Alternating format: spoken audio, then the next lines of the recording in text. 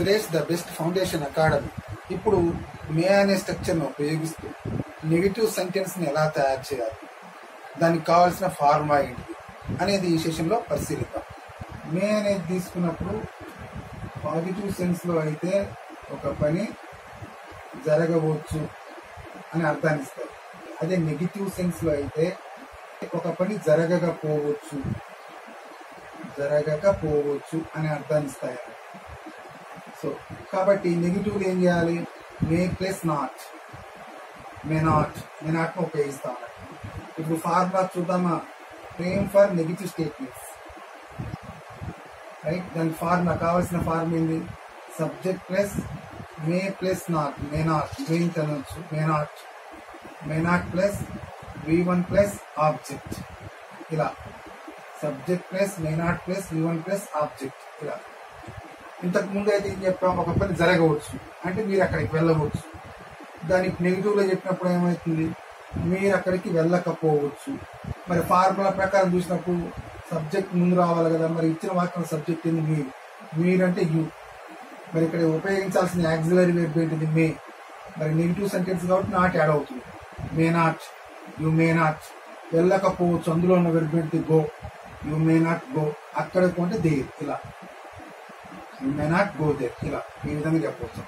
All subjects agreement with may not, all subjects agreement with may not, like this.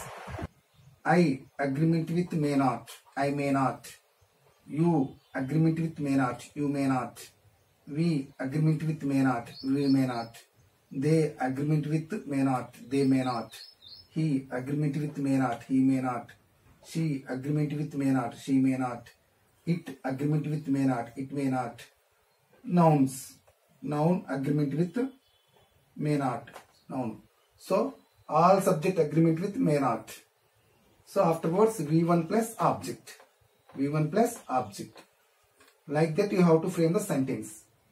మరి ఇక్కడ ఒక వాక్యాన్ని తీసుకున్నాం. మీరు అక్కడికి వెళ్ళకపోవచ్చు. మరి ఇచ్చిన వాక్యం సబ్జెక్ట్ ఏంది? మీరు. మీరంటే యూ స్థానంలో మిగతా సబ్జెక్ట్ అన్ని పెట్టవచ్చు అన్నట్టు. ఇక్కడ యూ పెట్టారు కాబట్టి మీరు అని వచ్చింది. అదే సబ్జెక్ట్ మార్చి వి పెట్టారనుకోండి, మనం అవుతుంది. అక్కడ యూ అనే సబ్జెక్ట్ తీసుకుంది. ఇప్పుడు సబ్జెక్ట్ మార్చారనుకోండి, వి అనే సబ్జెక్ట్ తీసుకుంది.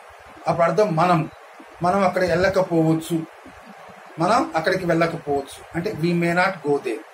వారు అక్కడికి వెళ్ళకపోవచ్చు, they may not go there. అతడు అక్కడికి వెళ్ళకపోవచ్చు, he may not go there. ఆమె అక్కడికి వెళ్ళకపోవచ్చు, she may not go there. అది అక్కడికి వెళ్ళకపోవచ్చు, it may not go there. Ramu అక్కడికి వెళ్ళకపోవచ్చు, Ramu may not go there. ఇలా సబ్జెక్టులు మారుస్తున్న కొద్దీ కొత్త వాక్యాలని ఏర్పడుతుంటాయి. వాటిని ఉపయోగించి నిత్య జీవితంలో ఎప్పుడు కావాలంటే అప్పుడు మాట్లాడవచ్చు. అలా ఆ విధంగా ఈ నెగిటివ్ స్టేట్మెంట్స్ ఏర్పరచడానికి కావాల్సిన ఫార్ములా నేర్చుకొని, ఆ ఫార్ములా సహాయంతో వాక్యాలు తయారు చేయడం నేర్చుకొని, తయారు చేసిన వాక్యాలని ఉపయోగించి నిత్య జీవితంలో ఎప్పుడు కావాలంటే అప్పుడు మరి మాట్లాడవచ్చు. దీనికి మనం వెర్బ్ చార్ట్ తీసుకొని ప్రాక్టీస్ చేయాలి. ఇక్కడ సబ్జెక్టులన్నీ ఉపయోగించాం కదా, అట్లాగే వెర్బులు కూడా మారుస్తూ ఉండాలి. ఇక్కడ ఏంటిది? గో అని వెర్బ్ తీసుకుంది. వెర్బ్ చార్ట్ లో టేక్ అనే వెర్బ్ తీసుకుంది. అప్పుడు ఏమైంది? మీరు తీసుకోవచ్చు అనేది పాజిటివ్. నెగిటివ్ లో ఏం చెప్తాం? మీరు తీసుకోకపోవచ్చు, యూ మే నాట్ టేక్. అలా ఇంకో వెర్బ్ తీసుకోండి, గివ్. మీరు ఇవ్వకపోవచ్చు, యూ మే నాట్ గివ్.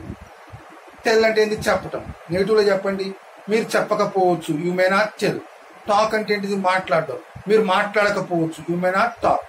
ఇలా వెర్బ్ చార్ట్ తీసుకొని అందులో ఉన్న వెర్బ్స్ ఒక 10 వెర్బ్స్ ప్రాక్టీస్ చేస్తే మీకు దానిపైన గ్రిప్ వస్తుంది. మీరు ఈజీగా మాట్లాడగలుగుతారు. ఈ విధానంలో ఈ ఫార్ములాను ఉపయోగించి మీరు ప్రాక్టీస్ చేయవచ్చు. ఆ ప్రాక్టీస్ చేయడం వల్ల మీరు ఇంగ్లీష్లో ఈజీగా మాట్లాడగలుగుతారు. ఈ విధానంలో మీరు ప్రాక్టీస్ చేస్తే తప్పకుండా మీరు ఇంగ్లీష్లో మాట్లాడతారు.